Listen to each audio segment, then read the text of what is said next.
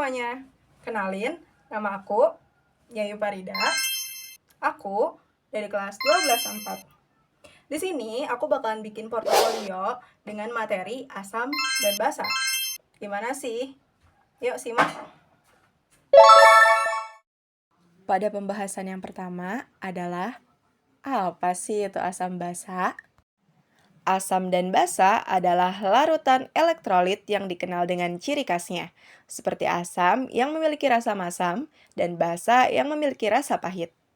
Asam sendiri adalah zat yang dapat memberikan proton, zat yang dapat membentuk ikatan kovalen dengan menerima sepasang elektron. Sedangkan basa adalah senyawa yang cenderung menyumbangkan sepasang elektron untuk dipakai bersama-sama dan menerima proton. Asam basa ada klasifikasinya gak sih? Asam basa diklasifikasikan menjadi dua, yaitu asam basa kuat dan asam basa lemah. Contohnya apa saja sih? Yuk simak. Pada bagian asam kuat, ada larutan HCl.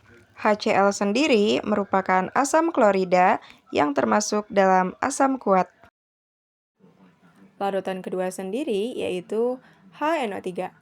HNO3 adalah asam nitrat yang tergolong dalam asam kuat. Larutan ketiga adalah HBr. HBr adalah asam hidrobromat yang tergolong dalam asam kuat. Selanjutnya adalah larutan HI. HI ini adalah asam hidroiodik yang termasuk asam kuat. Lalu ada HClO4. HClO4 yaitu asam perklorat dan tergolong dalam asam kuat. Selain asam yang tidak disebutkan tadi, asam-asam tersebut adalah asam lemah. Asam selalu diidentikan dengan H, kecuali CH3COOH. CH3COOH merupakan asam lemah. Selanjutnya beralih ke basa kuat. Di basa kuat ada NaOH yang merupakan natrium hidroksida. Selanjutnya ada KOH atau kalium hidroksida.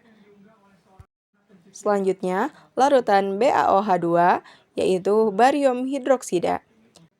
Lalu ada larutan CaOH2 yang merupakan kalsium hidroksida. Dan terakhir ada basa kuat LiOH yang merupakan litium hidroksida.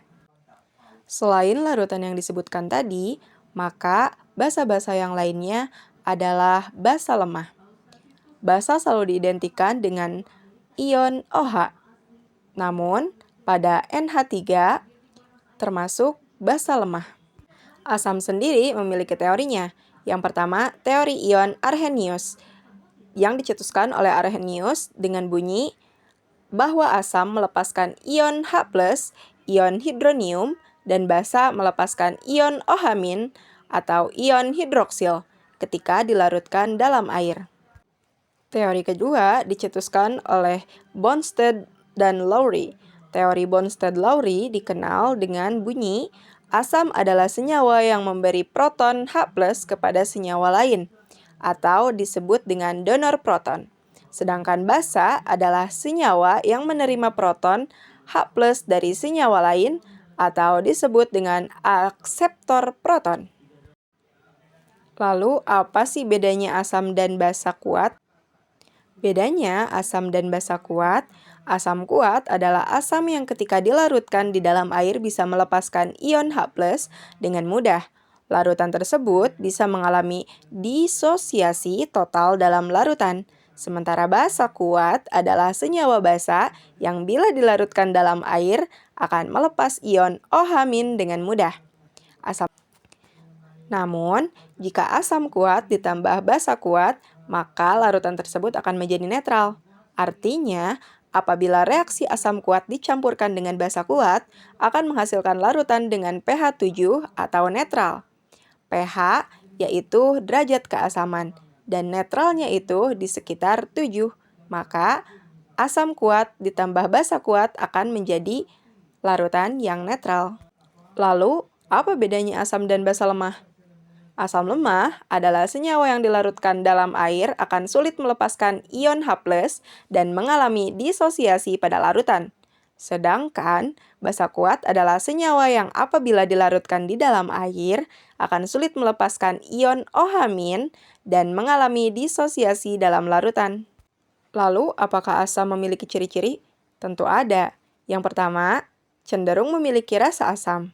Kedua, pH kurang dari 7, atau derajat keasamannya hanya di sekitar 0 sampai 6. Ketiga, bisa mengubah kertas lakmus biru menjadi merah, memiliki sifat elektrolit, dan dapat menghantarkan listrik. Kelima, bisa menghasilkan gas hidrogen saat bereaksi dengan unsur atau senyawa logam. Keenam, asam bisa menghasilkan ion H+ bila dilarutkan ke air. Lalu, apa sih ciri-ciri dari basa? Tentu ada ciri-ciri basa. Yang pertama, cenderung memiliki rasa pahit. Kedua, pH lebih dari 7, atau derajat keasamannya menyentuh angka 8 sampai 14. Ketiga, memiliki sifat kaustik yang bisa merusak kulit. Keempat, bisa mengubah kertas lakmus merah menjadi biru, kebalikan dari asam. Kelima, memiliki sifat elektrolit dan dapat menghantarkan listrik. Keenam, memiliki tekstur licin dan bersabun. Ketujuh, menghasilkan ion OH- bila dilarutkan dalam air. Berikut merupakan percobaan kertas lakmus yang dicelupkan ke dalam air cuka yang bersifat asam. Kertas lakmus yang berwarna biru akan berubah menjadi merah, menunjukkan bahwa air cuka bersifat asam. Percobaan kedua adalah air deterjen. Air deterjen bersifat basa, sehingga kertas lakmus yang berwarna merah bisa menjadi biru.